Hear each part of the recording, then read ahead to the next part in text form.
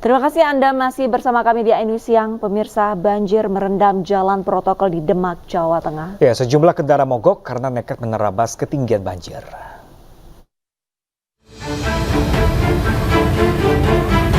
Banjir setinggi setengah meter merendam jalan protokol di Kabupaten Demak, Jawa Tengah. Ketinggian banjir menyulitkan pengendara yang melintas. Beberapa motor mengalami mati mesin saat berupaya melintasi genangan banjir. Selain Jalan Pemuda, banjir juga melanda sejumlah jalan protokol lainnya. Akibatnya, akses warga di sekitar terganggu karena jalanan yang terendam banjir. Gimana tadi, Mas? Dari itu evakuasi. Evakuasi yang di Jalan Pemuda atau gimana? Jalan Pemuda. Nah, itu ketinggian air berapa? 1 lutut lebih. 1 lutut lebih. Ini evakuasi keluarga sendiri atau gimana? Iya, warga. Jalan kaki dari sana? Ya 1 jaman. 1 jaman. Dorong mobil dulu. Dorong mobil. Itu banjirnya berapa ketinggiannya? Apanya? Ada 30 cm atau lebih? Ya lebih 3 besar. Setengah meter lebih. Setengah meter lebih. Sementara itu, meski dilanda bencana, pelayanan di Rumah Sakit Nahdlatul Ulama Kabupaten Demak tetap berjalan. Air menggenangi akses menuju rumah sakit, namun area rumah sakit beserta bangunannya masih aman dari banjir. Dari Demak, Jawa Tengah, Sukma Wijaya, iNews melaporkan. Meski beberapa wilayah mulai surut, namun masih ada beberapa titik yang mengalami banjir hingga 1 meter. Warga yang masih mengalami banjir memilih bertahan di dalam rumah. Sayangnya mereka belum mendapatkan bantuan. Warga korban banjir yang tidak mengungsi memilih bertahan di rumah karena menjaga keamanan harta bendanya dan juga tempat pengungsian kurang nyaman.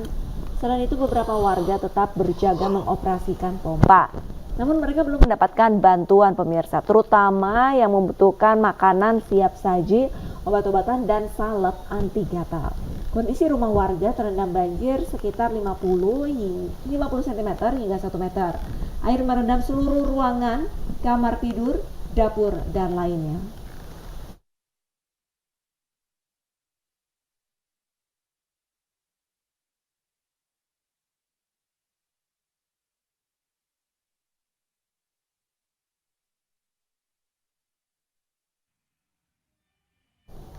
Sementara itu, pemirsa, ratusan orang saat ini masih mengungsi di sejumlah lokasi, jumlah total sekitar 400 jiwa.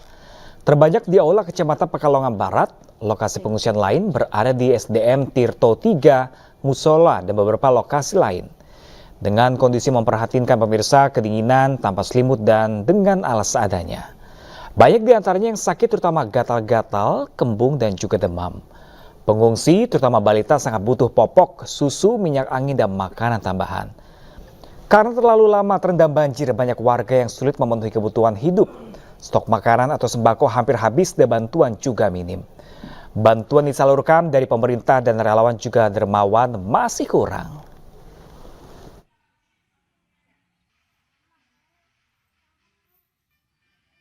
Pemirsa, untuk mengetahui bagaimana kondisi terkini di lokasi banjir, kami sudah terhubung dengan rekan kami. Ada Sukma Wijaya di Jalan Kiai Singkil Bintoro, Kecamatan Demak. Dan juga ada rekan Suryono Soekarno di Kampung Baru Tirto, Pekalongan Barat, Pekalongan, Jawa Tengah. Namun saya akan ke Sukma terlebih dahulu. Selamat siang Sukma, untuk kondisi banjir hingga siang hari ini, apakah makin tinggi atau justru sudah mulai turun banjirnya, Sukma? Selamat siang, Apriani. Selamat siang, pemirsa. Betul, kondisi banjir di Kabupaten Demak itu masih terus bertambah karena persoalan dari tanggul yang jebol di Sungai Wulan dan di beberapa tanggul jebol yang di wilayah Dempet, Biaja, dan lebih atas lagi itu belum selesai dibendung. Banjir tetap mengalir ke kawasan paling bawah. Dan saat ini saya berada di Jalan Kiai Singkil yang merupakan pusat kota. Di belakang saya merupakan kabupaten ataupun kantor bupati Kabupaten Demak. Mungkin saya bisa ajak bagaimana kondisi di situasi saya berdiri ini.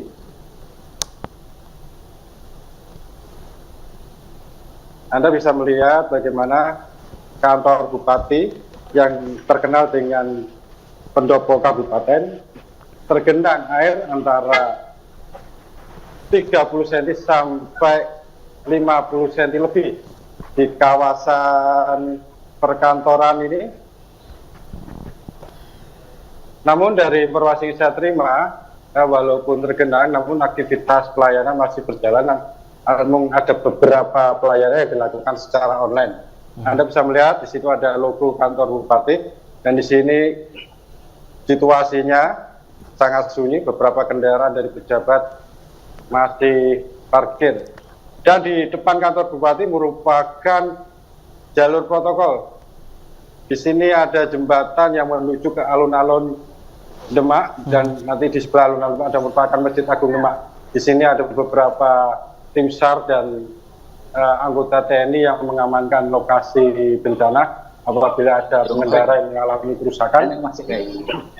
Di sini juga saya menuju ke lokasi jembatan ini. Ini di jembatan ini merupakan jembatan Sungai Tuntang Lama, Apriani, yang menjadi sejarah bahwa Sungai Tuntang Lama ini merupakan salah satu sejarah berdirinya Kabupaten Demak.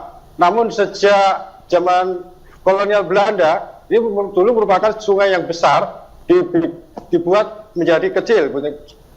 Nah, di sini yang harusnya menjadi pada pengendali banjir, namun oleh Belanda dibikin kecil, dibuatkan pintu air yang nanti tembus dengan Sungai Tuntang Baru yang ada di wilayah Kalikondang, Kecamatan Demak. Ya, rekan Sukma, ini kalau menurut pantauan Anda banjir sudah hampir sepekan di sana. Ini apakah murni karena tanggul jebol atau karena intensitas hujan yang tinggi? Lalu jika benar karena tanggul jebol di sana, kendala pemerintah setempat apa untuk menanggulanginya?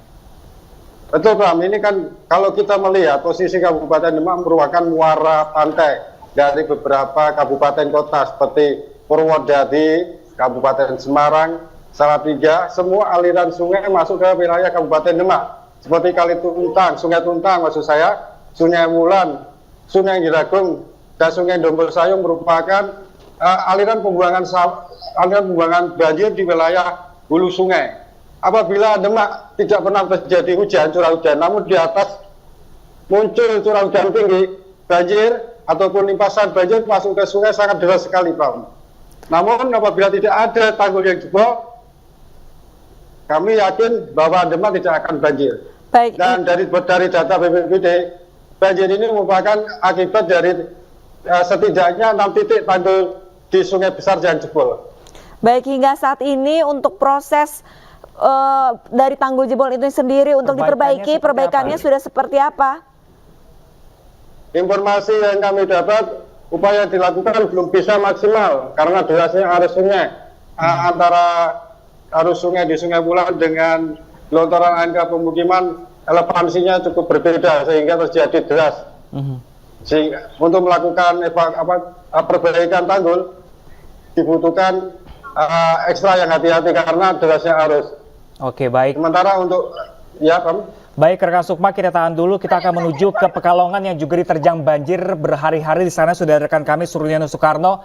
Selamat siang rekan Suryono, seperti apa banjir di sana? Apakah sudah mulai surut? Apakah memang masih sama seperti kemarin? Ya, kondisi banjir di Pekalongan memang sudah agak surut sedikit, namun belum signifikan. Di lokasi saya berdiri, di Kampung Baru ini masih sekitar 60-1 meter. Bahkan rumah di sini seperti tanpa penghuni, dan kalaupun ada 1-2 yang menghuni, mereka harus bertahan di beberapa lokasi yang sudah ditinggikan. Saya bisa gambarkan kepada Anda, saya ajak Anda ke dalam untuk melihat kondisi ruangan. Ini adalah rumah Bu Juwariah. Ini di Kampung Tirto atau Kampung Baru Tirto. Rumah ini salah satu di antara sekitar 500 sampai 700 rumah yang terendam. Ini kondisinya di dalam.